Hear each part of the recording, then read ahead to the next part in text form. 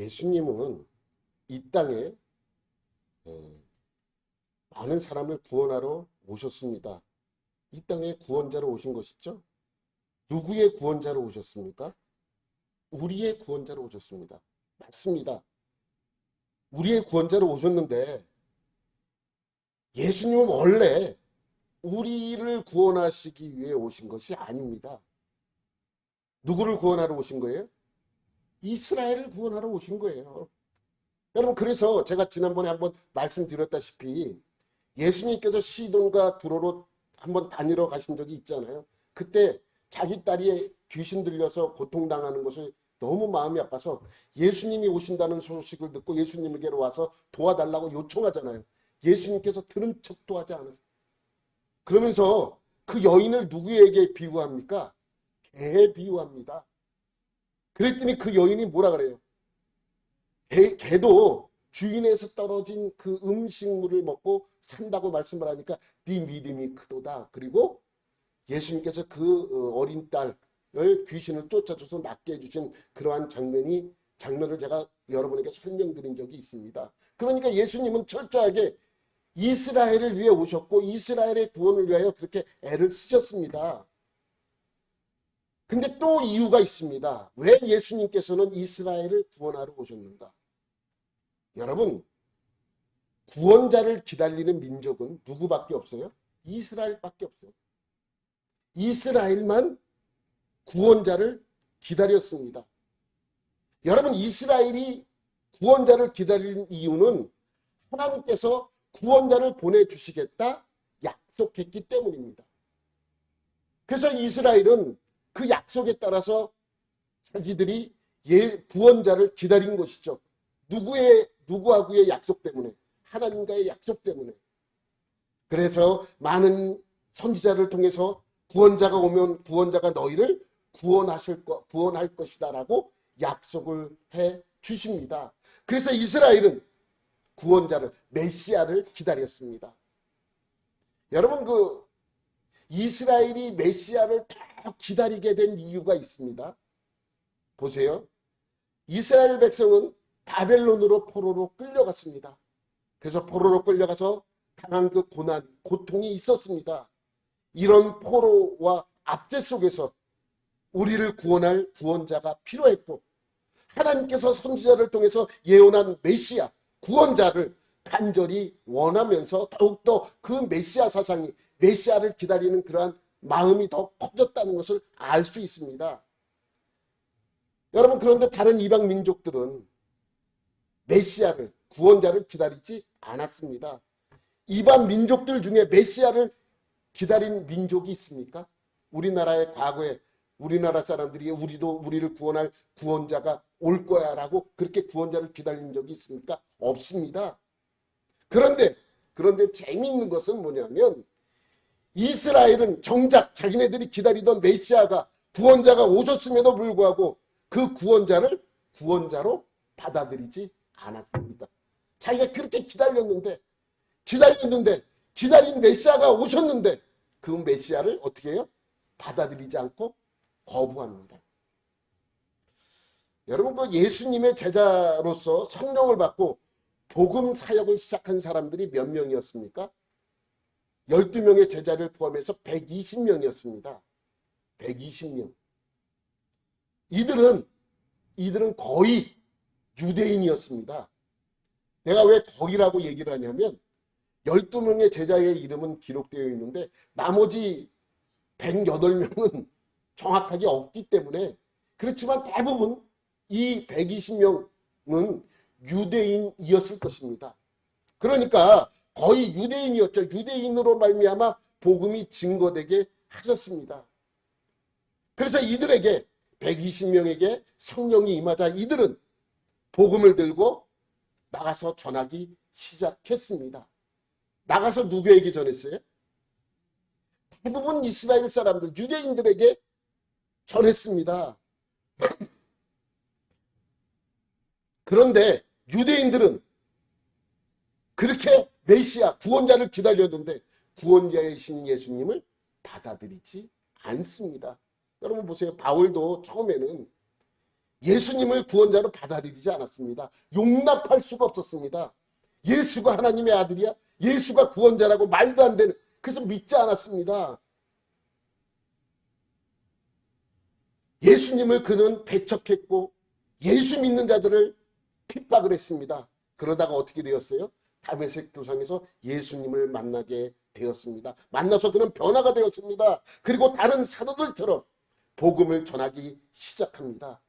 바울도 처음에는 이스라엘 사람들에게 복음을 전했습니다. 그래서 바울이 전도 여행을 하는 걸 쭉 보면 하나의 특징이 있잖아요. 어디를 가든지 처음엔 어디를 갔어요? 회당에 들어가는 거. 회당에 들어가서 복음을 전합니다. 회당에 들어가서 복음을 전했다는 이유는 뭐예요? 유대인들에게 전합니다. 유대인들에게. 회당에서 유대인들에게 구약 성경 내용들을 강론하면서 메시아에 대한 예언을 언급하게 되었고, 구약 성경에 예언된 그 메시아가 바로 예수님이라고 증거하면서 설명을 그들에게 했습니다. 그런데 이스라엘 사람들은, 유대인들은 예수의 복음을 받아들이지 않았습니다. 예수님을 구원자로 받아들이지 않게 되니까 옆에 있던 이방인들이 그것을 보다가 보고 있으니 바울도 유대인들에게 전하다 그들이 받아들이지 않자 이방인들에게 전하기 시작을 한 것입니다. 이방인들에게 전하기 시작하니까 이방인들은 어떻게 해요? 그 복음을 받아들이고 예수를 믿기 시작을 하는 것입니다. 유대인은 거부했지만 이방인들은 그것을 받아들였습니다. 결국 무엇입니까? 이스라엘이 받아들이지 않았기 때문에 이방인들에게 복음이 전해지게 된 것입니다. 만약 여러분, 만약이에요. 예수님의 12명의 제자들과 또 120명의 그러한 제자들과 또 바울이 유대인의 회당에 가서 복음을 전했더니 유대인의 회당에 있던 유대인들이 잘 받아들였어요. 그럼 그 복음이 이방인들에게 전해졌을까요?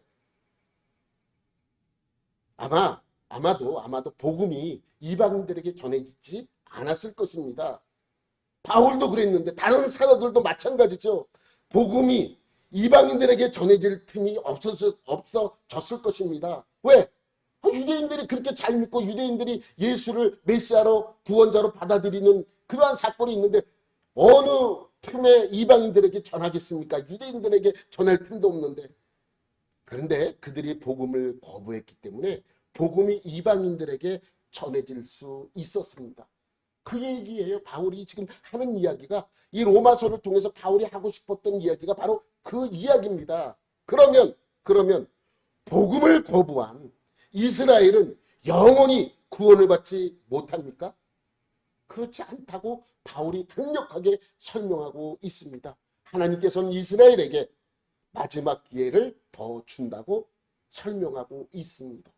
그 마지막 기회가 언제입니까? 언제 그 기회가 옵니까? 25절 말씀. 시작. 형제들아, 너희가 스스로 지혜 있다 하면서 이 신비를 너희가 모르기를 내가 원하지 아니하노니, 이 신비는 이방인의 충만한 수가 들어오기까지 이스라엘의 더러는 우둔하게 된 것이라. 언제 그들에게 기회가 다시 주어진다고 말씀하고 있어요? 이방인의 충만한 수가 들어오기까지. 그러니까 이 말씀은 이 정도 숫자가 오면 이 정도면 됐겠지 라는 의미가 아니에요. 어떠한 의미입니까? 모든 이방인들에게 복음이 전해질 때입니다. 모든 이방인들에게 복음이 다 전해졌다면 그때까지 바로 이스라엘이 우둔하게 하나님께서 만드셨다라는 말씀이죠. 모든 이방인들에게 복음이 전해질 때까지, 이방인의 충만한 수가 들어오기까지 라는 의미는 그냥 어떠한 숫자의 개념으로 받아들인다는 의미가 아니라 모든 이방인들에게 복음이 전해질 때까지입니다. 그때까지 이스라엘 사람들을 어떻게 만들었다고요? 우둔하게 만들었다. 이것이 바로 하나님의 신비입니다. 하나님의 신비입니다. 오늘 설교 제목이 하나님의 신비잖아요. 하나님의 신비가 무엇입니까? 사실 바울은 하나님의 신비에 대해서 설명을 하고 있어요. 그런데 우리가 개역 개정에는 신비로 나왔지만 개역 성경에는 이것이 뭐로 나왔습니까? 비밀로 나와요. 비밀. 한 장 넘기면 우리는 이거 신비로 나오잖아요. 한 장 더 넘겨봐요. 비밀로. 개역 성경에는 비밀로 되어 있어요. 그러니까 옛날 여러분이 보던 성경을 딱 펴져보면 이렇게 되어 있어요. 이 비밀을 너희가 모르기를 내가 원하지 아니하노니 이 비밀은 이렇게 하고 비밀이라고 언급하고 있죠. 또 현대인의 성경과 세번역도 역시 비밀로 번역되어 있습니다. 근데 그러면 비밀이 만든 것이냐 신비가 만든 것이냐 둘 다 맞아요. 비밀스러우면서도 신비로운 것이라는 것입니다. 영어 성경으로 보면 더 쉬워요. 이 비밀이 영어로 뭘로 되어 있는지 알아요? 미스테리. 미스테리한 일이야. 알다가도 모를 일. 알다가도 모를 일. 하나님은 어떤 분이에요? 알다가도 모를 분이에요. 하나님은 어떤 분이에요? 비밀스러운 분이에요. 하나님은 어떤 분이에요? 신비스러운 분이라고 말씀하고 있습니다. 그럼 뭐가 신비롭고 뭐가 비밀스럽고 뭐가 알다가도 모를 일입니까? 여러분, 이 비밀은 이방인의 숫자가 충만한 것입니까? 아니면 이스라엘이 우둔하게 된 것입니까? 어떤 게 비밀스럽고 어떤 게 신비로운 일입니까? 어떤 게 비밀스러운 일이냐면 어떤 게 신비스러운 일이냐면 바로 32절 말씀이에요. 시작. 하나님이 모든 사람을 순종하지 아니하는 가운데 가두어 두심은 모든 사람에게 긍휼을 베풀려 하심이로다. 모든 사람에게 긍휼을 베푼다는 건 뭐예요? 모든 사람에게 구원의 기회를 다 주시겠다라는 말씀입니다. 모든 사람들에게, 이 세상 모든 사람들에게 구원의 기회를 주시겠다는 것이죠. 그래서 복음이 땅 끝까지 전해질 때 끝이 온다라고 말씀하고 있습니다. 이것이 바로 신비한 거예요. 어떤 게 신비한 것이냐?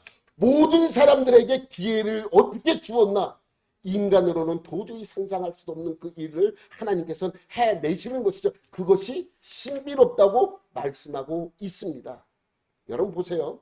하나님의 긍휼하심이 얼마나 신비로운지 한번 우리가 볼게요. 여러분 제자들을 통해서 복음이 사방에 흩어져서 전해지기 시작을 했습니다.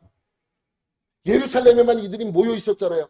예루살렘에서 성령이 처음에 오순절날 임했잖아요. 근데 이들은 예루살렘을 떠나지 않는 거예요. 하나님의 뜻은 이들이 예루살렘을 떠나서 복음을 각 지방에 각 나라에 전해야 되는데 이들은 모여 있습니다. 그러니까 어떻게 합니까? 하나님께서 스테반을 죽이고 이들이 그것이 무서워서 흩어지게 만드는 것입니다.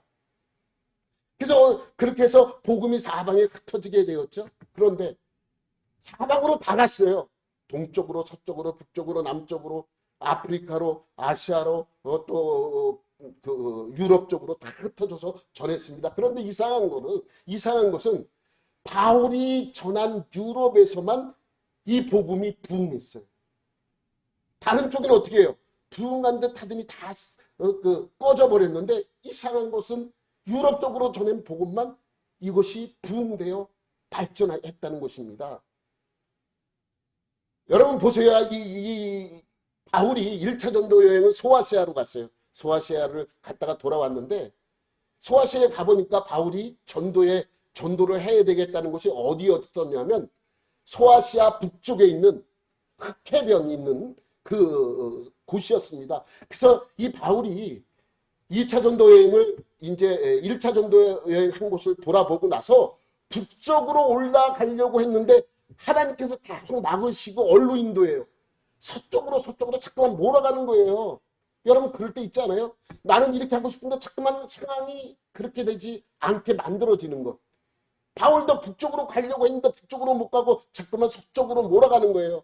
그래서 도착한 곳이 어디예요? 소아시아의 서해 변이었던 드로아까지 가게 됩니다.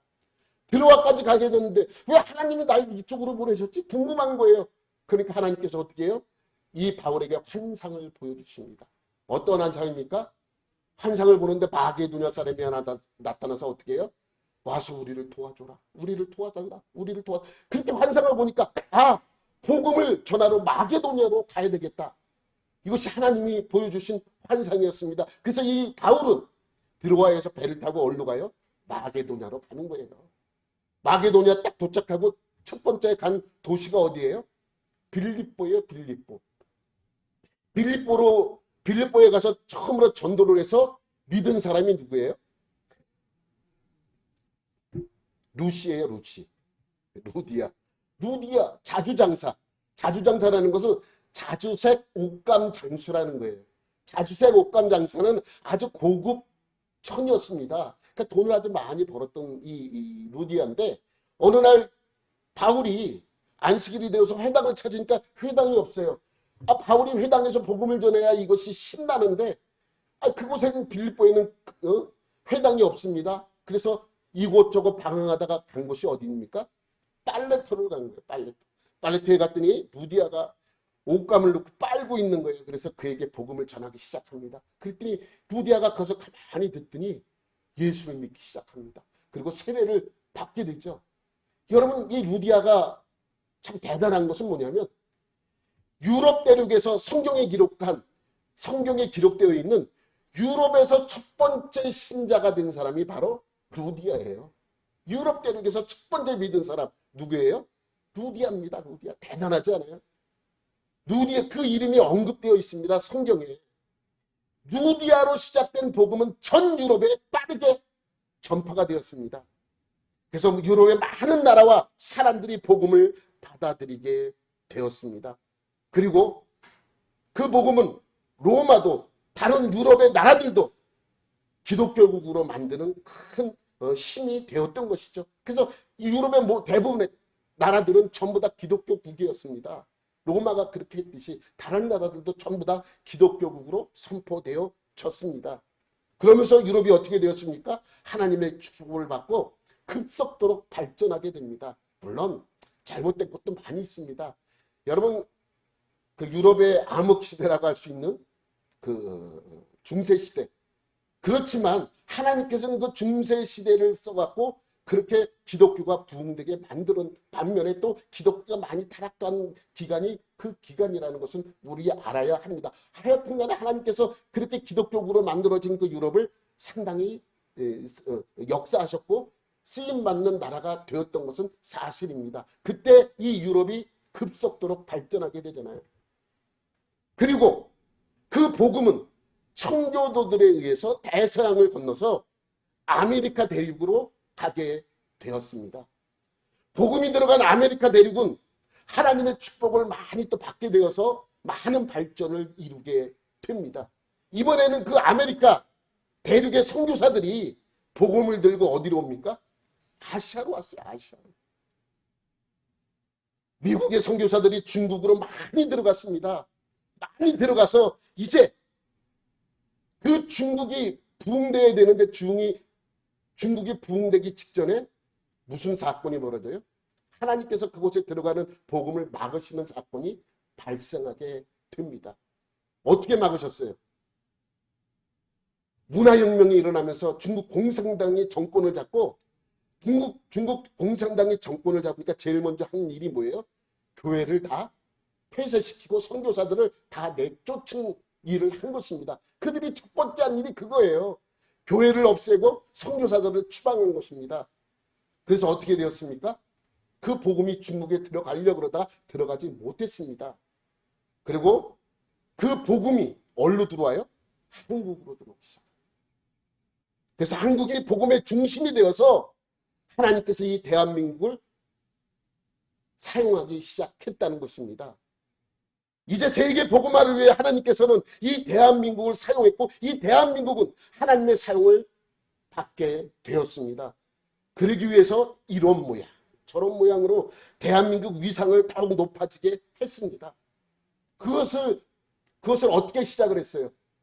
문화로 시작한 거예요. 문화. K-드라마, K-팝 뭐 이런 것으로 대한민국을 많이 높아지게 만들었습니다. 여러분 제가 보고 이거 준비하면서 깜짝 놀란 게 있었는데 우리는 K-팝이 먼저 시작했다고 노래가 먼저 시작해서 많은 나라들로 번졌다 그러지만 BTS 때문에 아니에요. 한류를 이끈 건 뭔지 아세요? 대장금이에요. 대장금. 저도 깜짝 놀랐습니다. 여러분 이란 방송에서 방송된 대장금이 시청률 몇 %였는지 아세요? 몇 %였을 것 같아요? 90%였대요. 90%. 이건 놀랄 일도 아니야. 스리랑카에서는 대장금 방영할 때 시청률이 몇 %였는지 아세요? 90 몇 %일 것 같아요. 알아맞혀보세요. 90 몇 %예요? 8%. 8% 나왔어요. 다른 분 없어요? 99%였대요. 99%는 그냥 100%예요. 모든 사람들이 뭐예요? 대장금 본 거예요. 텔레비 트는 사람은 딴 거 보지 않아. 다 뭘 봤다는 얘기예요? 대장금을 봤다는 것입니다. 예? 터키에서는 98%였대요. 이 대장금 때문에 한국의 이미지가 상당히 올라갔습니다. 그러면서 어떻게 돼요? K-팝이 또 세계로 나가기 시작합니다. 여러분, 이것은 단순히 우리나라 노래가 세계, 우리나라 드라마가 세계, 우리나라 문화가 세계, 중국이 김치를 자기네 거라고 하니까 이것이 사방에서 우리나라 사람보다 외국에서 더 난리예요. 왜 그것이 너희들 것이냐. 대한민국 문화가 나갔다는 건 뭐예요? 대한민국에 대한 이미지가 많이 좋아졌다는 얘기입니다. 우리나라가 여전히 못 살았어 봐요. 그러면 우리나라 문화가 다른 나라에서 알아주기나 했을까요? 그럼 우리나라가 왜 그렇게 되었습니까? 하나님께서 이 대한민국을 사용하시겠다는 것입니다. 그래서 어떻게 했어요? 선교사가 세계 두 번째로 많은 나라가 되었습니다. 선교사가 많아짐에 따라 우리나라도 많이 발전을 했습니다. 그 중국으로 복음이 들어가려다가 말고 이것이 복음이 대한민국으로 들어와서 하나님께서 대한민국을 사용하기 시작을 했습니다. 그러면서 대한민국을 사용하기 위해서는 대한민국 위상이 많이 올라가야 됩니다. 그래서 하나님께서는 이 대한민국에 여러분 정치를 보세요. 정치만 보면 우리나라가 이렇게 잘 살 수 있을 것 같습니까? 없습니다. 맨날 혼란스럽잖아요. 맨날 정치 보면 맨날 싸우잖아요. 서로 싸우고 치고받고. 어떻게 저러 정치하는 사람을 일본으로 보내면 안 될까? 그럼 일본은 단시간 내에 멸망할 것이다. 이렇게 생각이 되어질 정도로 정치는 혼란스럽습니다. 잘 살 수 있는 그러한 여건이 아닙니다. 그럼에도 불구하고 하나님께서는 이 대한민국을 어떻게 해서든지 버티게 만들었고 어떻게 해서든지 승리하게 만들어서 대한민국 위상을 높인 것이죠. 왜 그렇게 했다고요? 그렇게 위상이 높아져야 대한민국 선교사들이 나가서 마음껏 선교할 수 있으니까 그렇습니다. 여러분, 이러한 일들을 하나하나 생각해보면 흥미롭지 않습니까? 여러분, 왜 그럼 중국을 하나님께서 막으셨는가? 중국으로 들어갔으면 더 큰 나라가 믿으니까 더 빨리 복음이 전해졌을 거 아닌가? 아닙니다. 중국에 들어가서 자유롭게 복음이 전해졌다면 이렇게 빨리 전해질 수가 없습니다. 왜 그런지 아세요? 언어 때문입니다. 여러분, 문화혁명이 일어나기 전에 중국은요, 소수민족이 한 50 몇 개국이니까 언어가 최소한 100개는 됩니다. 100개. 언어가 100개니까 그 언어, 이 민족에게 복음을 전하기 위해서는 이 민족 언어를 알아야 되고 선교사들이 얼마나 고생했겠습니까? 옮길 때마다 언어를 배워야 되니. 얼마나 힘들었겠어요. 그러니까 문화혁명이 딱 일어나서 선교사를 내쫓고 교회를 파괴한 다음에 이 중국 사람들이 한 일이 무엇입니까? 언어 통일해 놓은 거예요. 그러니까 지금 언어가 통일한 이후에 중국에 선교사들이 들어가면 쉽습니다. 왜? 아니, 공산당이 선교사들 다 내쫓고 한 일이 뭐냐? 언어를 하나로 만들어 놓은 거예요. 자기네 나라 소수민족들이 자기 민족의 언어를 사용도 하지만 그와 더불어서 중국말도 자유롭게 할 수 있도록 그렇게 교육을 시켜놨어요.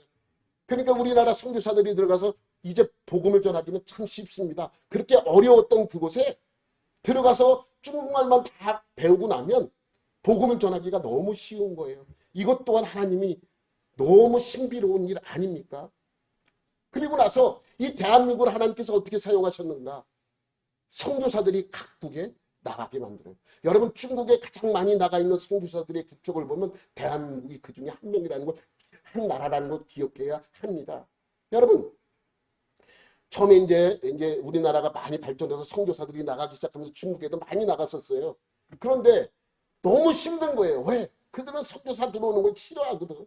선교사들이 와서 그 사람들의 머리를 깨우쳐 주니까.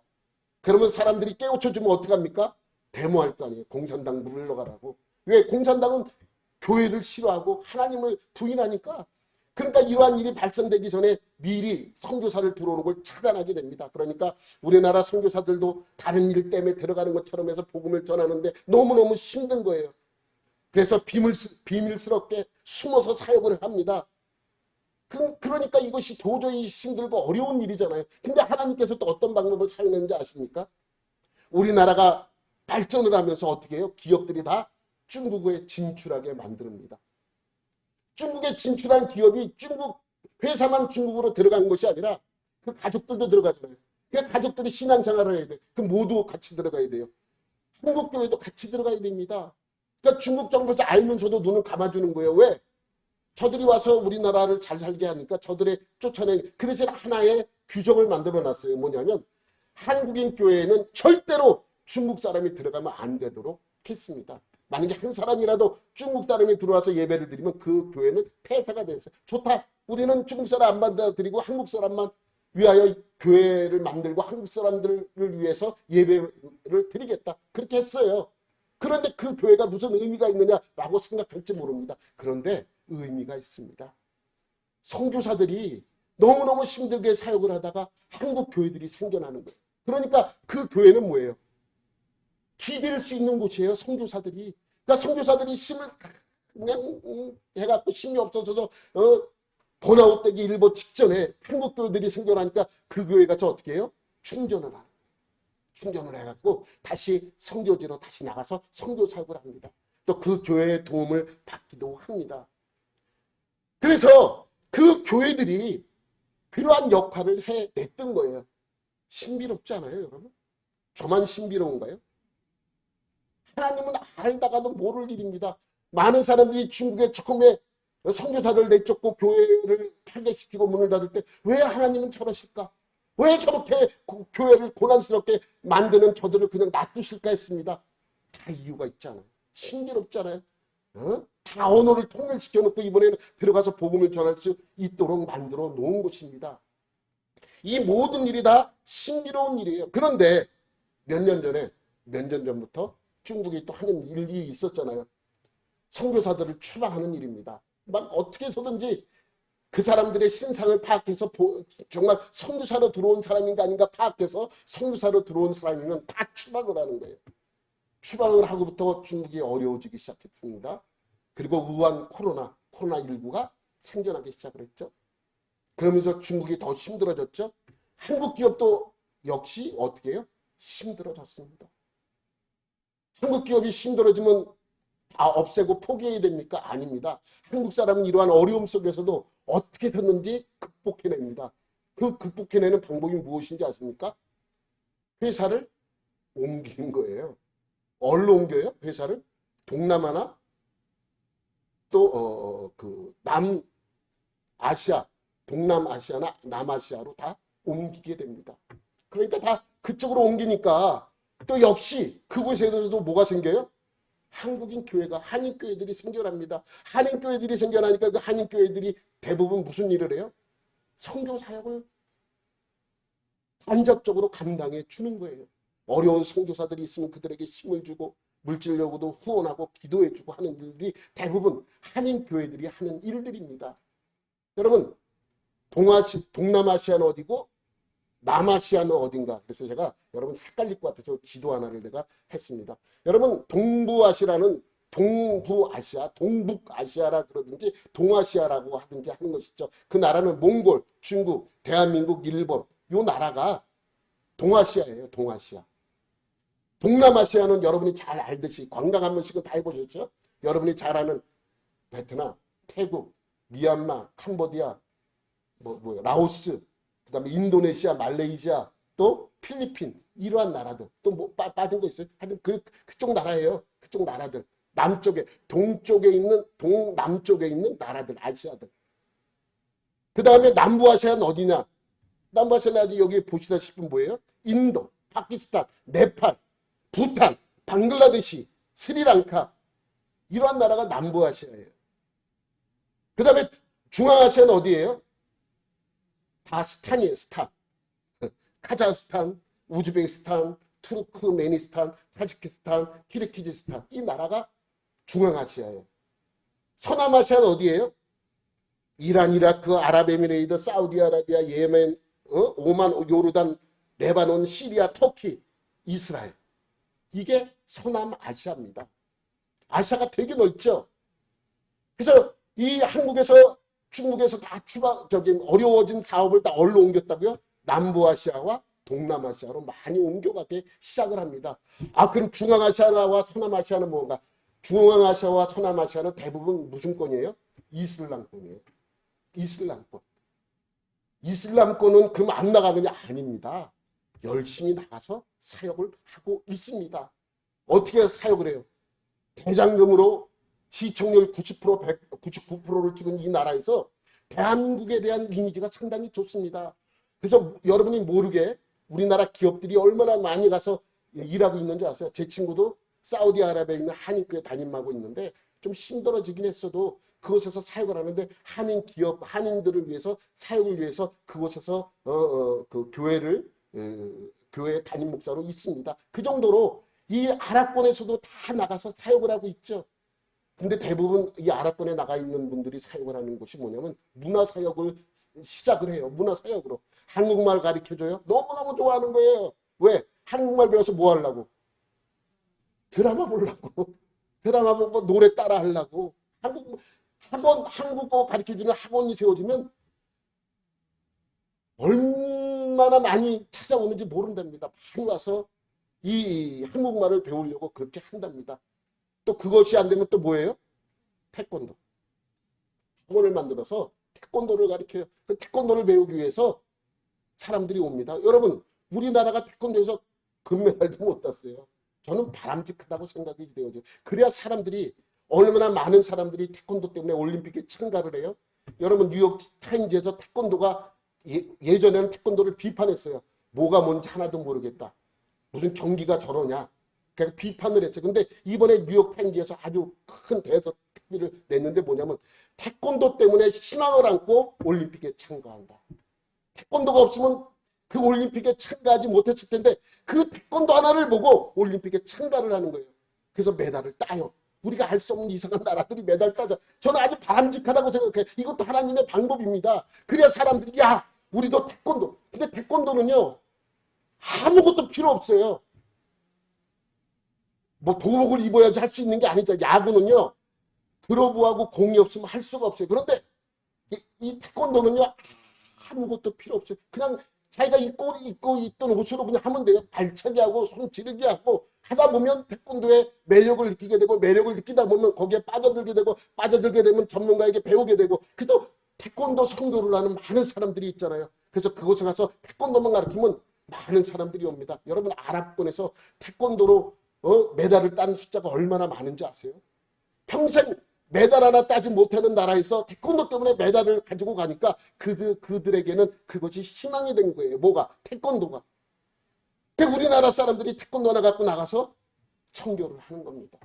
많은 사람들이 와서 배우고 그들에게 복음을 전하지 않아도 사범이 그들과 이제 가르치면서 식사를 하면서 혼자 기도를 해요. 하나님, 감사 기도를 하고 먹으면 지금 뭐 하신 거예요? 물어볼 거예요.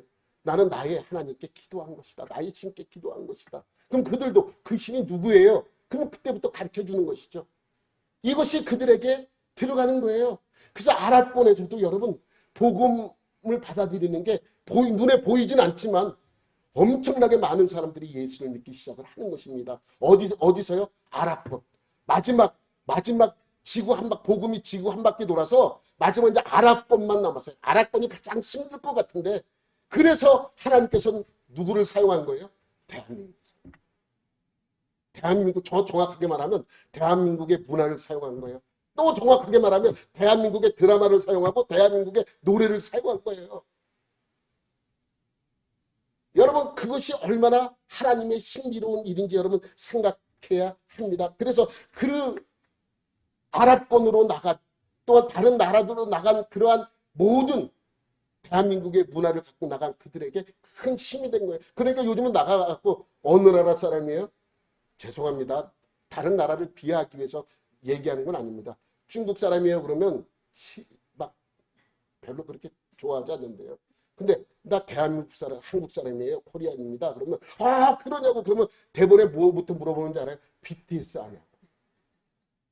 그렇게 물어본대요. 그러니까 BTS 그걸 모르는 사람이 어딨냐고. 난 BTS 팬이라고. 아랍권에 가서 얘기하면 대장금 하냐고. 한국 사람들의 대장경 안 본 사람이 있어요? 재방송이라도 다 봤지? 내용이라도 알잖아요. 그러니까 그것이 하나의 문화의 다리가 되어서 그들에게 들어가는 큰 힘이 된 것입니다. 누가 그렇게 했어요? 하나님이 그렇게 했어요. 왜? 이방인의 충만한 숫자가 자기까지 하나님은 그렇게 사용하시는 것입니다. 하여튼 그렇게 사용하는 그 모든 것들이 얼마나 신비로운 일인가, 비밀스러운 일인가. 우리가 생각하면 알다가도 모를 일인가. 그때까지 하나님은 어떻게 하셨다고요? 이스라엘 사람들을 우둔하게 만드신 것입니다. 근데 기한이 되면 모든 사람들에게 복음이 전해지면 이방인의 충만한 숫자가 차게 되면 어떻게 하게 된다고요? 하나님께서는 이스라엘의 우둔함을 거두어드리는 거예요. 그리고 그들도 예수님을 자기의 구원자로 받아들이게 되는 것입니다. 그것이 바로 26절, 27절의 말씀입니다. 시작. 그리하여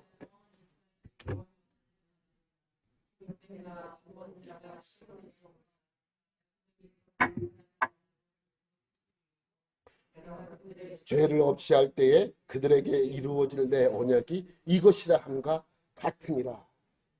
여기서 보면 아니 너무 그렇지.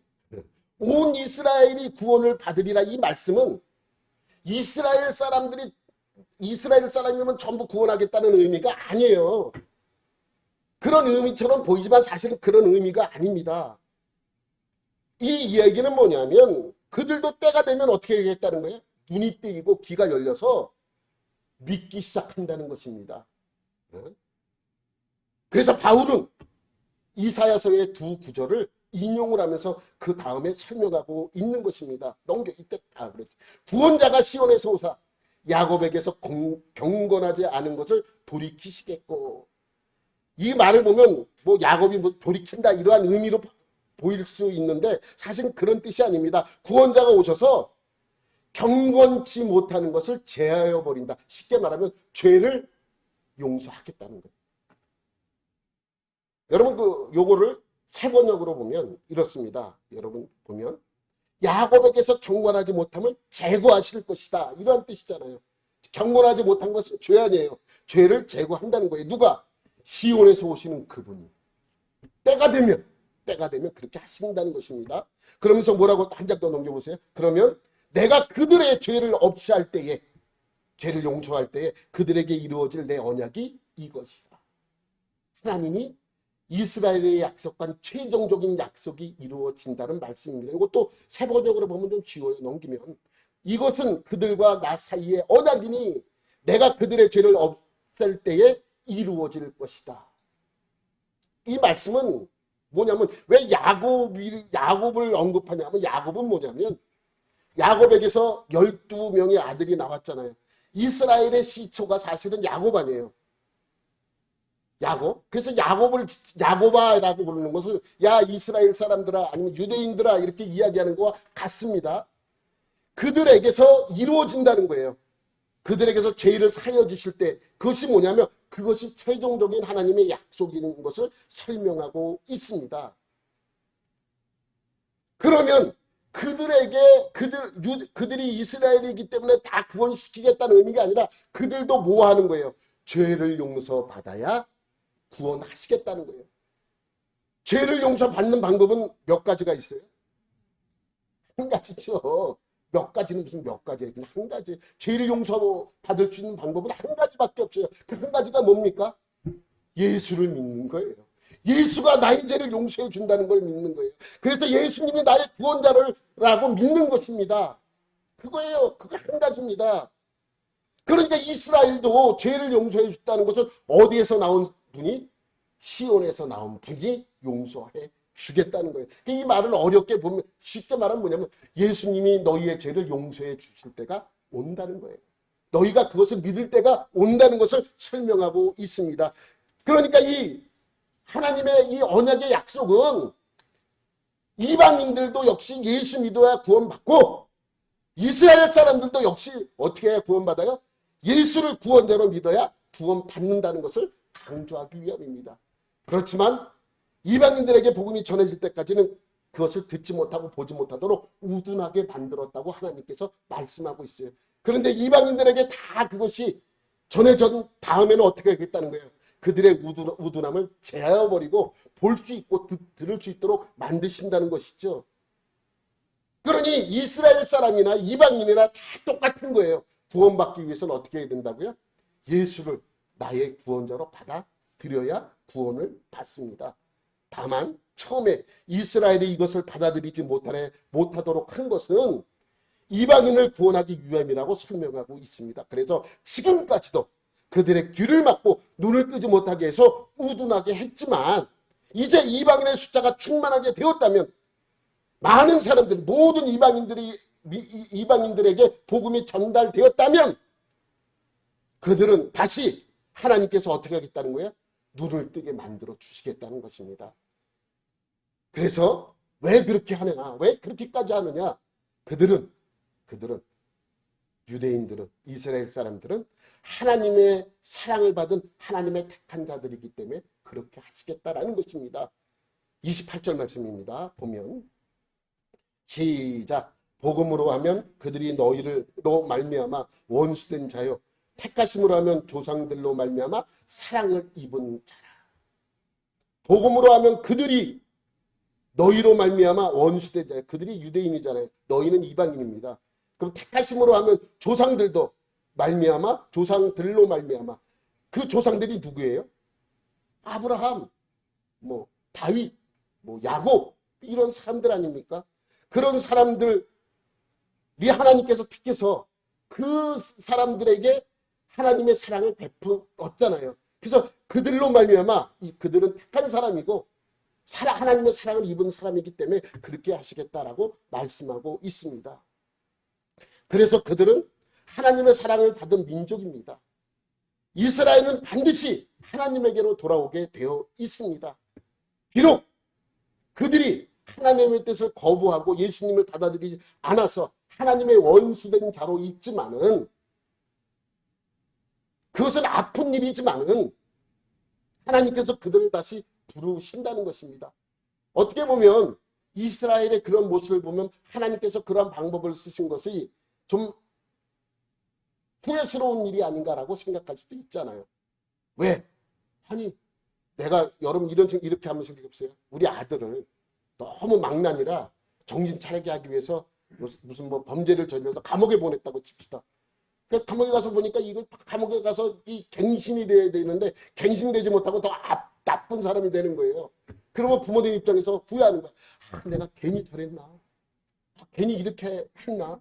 후회스러웠잖아요. 근데 하나님도 마찬가지로 이스라엘이 그렇게 되고 그렇게 어렵게 되는 모든 모습 속에서 그럼 하나님께서도 후회하시는가? 하나님은 후회하지 않으신다는 것입니다. 29절에 보면 다시 다 같이 시작. 하나님의 은사와 부르심에는 후회하심이 없느니라. 어떻게 됐든 하나님은 후회하지 않으세요. 하나님의 하는 일에 대해서 어떠한 것도 후회하지 않으신다는 것입니다. 우리는 가끔 가까이 있는 사람들이 나를 배신할 때, 그러한 일을 경험하게 될 때, 내가 그 사람이 그럴 줄 몰랐어. 내가 그 일을 줄 알았으면 그 사람에게 그렇게 잘해주는 게 아니었는데, 너 이렇게 후회하잖아요. 어째서 내가 저런 사람에게 그렇게 잘해주었는가? 내가 어떻게 해서 저런 사람을 사랑했는가? 이렇게 후회하게 됩니다. 부부도 후회하잖아요.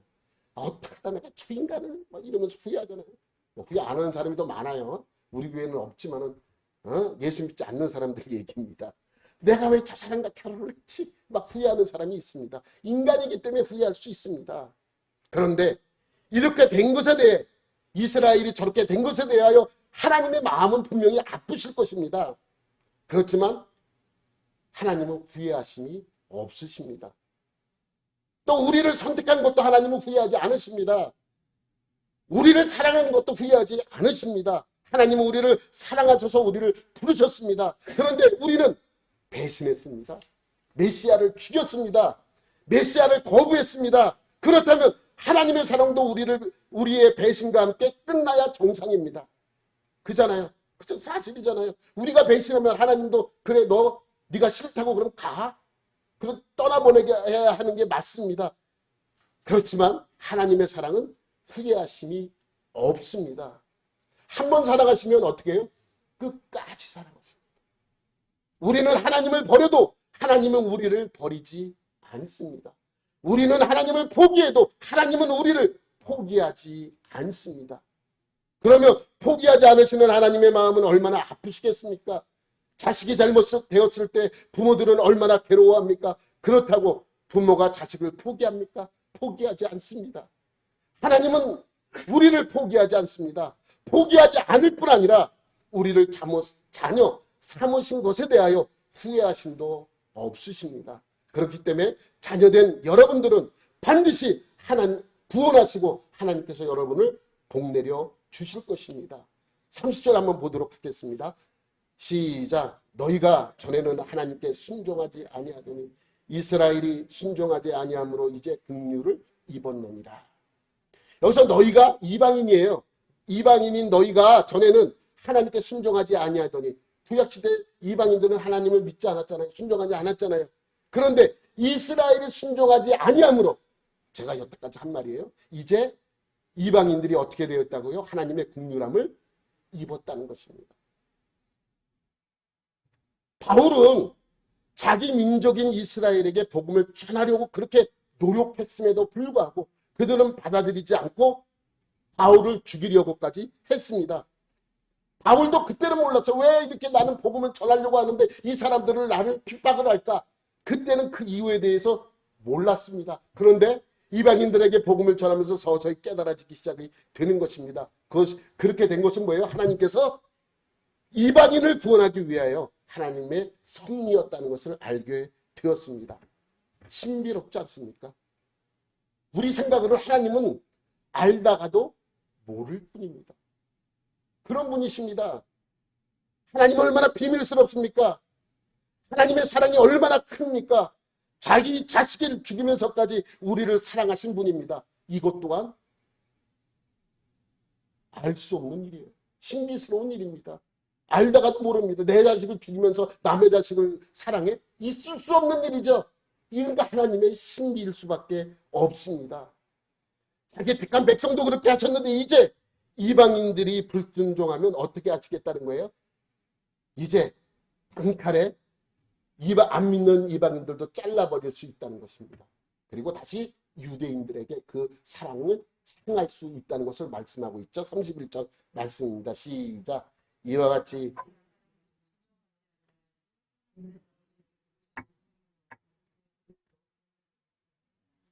이 말씀은 이스라엘처럼 이방인들도 구원자이신 예수님을 거부하게 되어서 다시 구원의 손길이 이스라엘을 향하게 된다는 말씀이 아닙니다.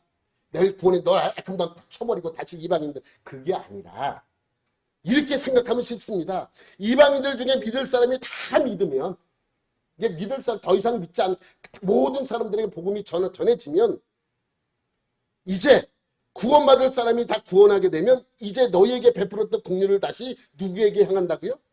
이스라엘에게 향한다. 이 얘기예요. 이방인들을 이제 끊어버리고 이렇게 가야지. 이게 아니라 이방인들에게 다 전해질 대로 전해졌으면 이제 그것이 다시 유대인들에게 향한다라는 말씀입니다.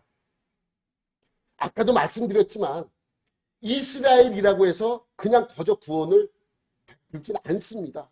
그들도 역시 어떻게 해야 된다고요? 구원자이신 예수님을 믿어야 구원을 받게 됩니다. 그러니까 하나님의 구원은 어느 특정인에게 있는 것이 아닙니다. 이스라엘 사람에게나 이방인에게 다 똑같습니다. 그렇게 하신 이유는 뭐냐? 우리가 아까 읽었던 32절 말씀입니다. 시작. 하나님이 모든 사람을 순종하지 아니하는 가운데 가두어 두심은 모든 사람에게 긍휼을 베풀려 하심이로다. 모든 사람들에게 기회를 베풀려고 그렇게 하신 것이다라고 말씀하고 있습니다. 여러분 그 퍼즐 아시죠? 퍼즐. 어렸을 땐 자주 했는데 크면서 대부분 안 할 거예요. 어려서는 이렇게 뭐 맞추는 걸 잘 하잖아요. 외국에는요, 그것이 애들만 하는 것이 아니라 어른이 놀 수 있는 놀이예요. 그래서 퍼즐 대회도 있어요. 퍼즐 대회도 사람들이 모여서 이제 대회를 해서 누가 빨리 이것을 맞추는가 그런 대회도 있습니다. 그래서 제가 봤어요. 퍼즐이 뭐냐? 여러분 500개짜리 퍼즐이 있더라고. 500개짜리. 500개를 맞춰야 돼. 퍼즐이 500개를 맞춰야 돼. 그 내가 이걸 보면서 무슨 생각했는지 아세요? 이걸 맞추는 그 짓을 하고 있나. 이런 생각을 할 수도 있어요. 그런데 이 500개짜리도 있어요. 500개짜리 하면 내가 한번 하면 할 수도 있겠더라고요. 500개니까. 근데 1000개짜리도 있어. 1000개짜리. 여러분 1000개짜리 1000개짜리 뭐 대단하잖아요. 근데 1000개짜리는 될 것도 아니야. 5000개짜리도 있어요. 5000개짜리. 5000개. 5000이라고 써 있죠. 5000개짜리. 이걸 아이들이 맞추겠습니까? 어른들이 하는 거지. 근데 나 5000개가 제일 큰 줄 알았어. 18,000개짜리가 있어. 별로 안 놀라시네. 18,000개예요. 개수가. 이게 18,000개를 맞춰야 돼. 여러분 이거 맞출 수 있겠어요? 그래서 제가 몇 개짜리가 있나 찾아봤어. 내가 찾아본 것 중에서 가장 많은 게 몇 개인지 아세요? 4만 넘겨봐봐요. 2,000개. 크기는 7m 49cm 곱하기 1m 57cm예요. 내가 속으로 이걸 보면서 야 이건 1년 동안 맞춰도 못 맞추겠다. 42,000개를 맞춘다고 생각을 해보세요. 그런데 중요한 게 있습니다. 이 42,000개 중에서 잘 맞췄어. 한 개가 분실이 됐어. 41,999개를 맞췄는데 하나를 맞춰야 돼. 그러면 41,999개를 맞추면 완성된 거예요? 아닙니다. 언제 완성이 됩니까? 42,000개 마지막 그 조각이 그 자리에 찾아 들어가는 순간에 완성이 되는 거예요. 41,999개가 완성이 돼도 나머지 한 개가 완성이 안 되면 그것은 완성된 것이 아닙니다. 여러분 하나님의 구원의 마지막 퍼즐은 누굽니까? 이스라엘입니다. 이스라엘이 그 하나님의 뜻이 합당한 열매를 맺어야 구원의 완성이 되는 거예요. 하나님께는 그래서 많은 사람들의 구원을 위해서 그것을 보류하고 있는 것입니다. 하나님께서 2000년 동안 이방인들의 구원을 위해서 복음이 전파되었습니다. 제가 말하지 않아도 여러분들이 그 복음이 한 바퀴 이스라엘부터 시작을 해서 유럽을 돌아서 아메리카 돌아서 아시아로 돌아서 다시 이스라엘을 향하고 있다는 걸 여러분들이 더 잘 알고 있을 것입니다. 그러니까 예루살렘에서 시작된 복음이 사마리아와 유대와 땅끝까지 뻗어 나갔습니다. 이제 하나님의 마지막 때에 우리에게 한 비밀, 한 신비한 일을 보여주셨는데 그것은 바로 예루살렘이 회복되어 구원에 완성되는 것이라고 설명하고 있습니다. 하나님께서는 이스라엘을 회복시킴으로써 말미암아 모든 이방인들을 구원하시고 구원을 완성하시는 것입니다.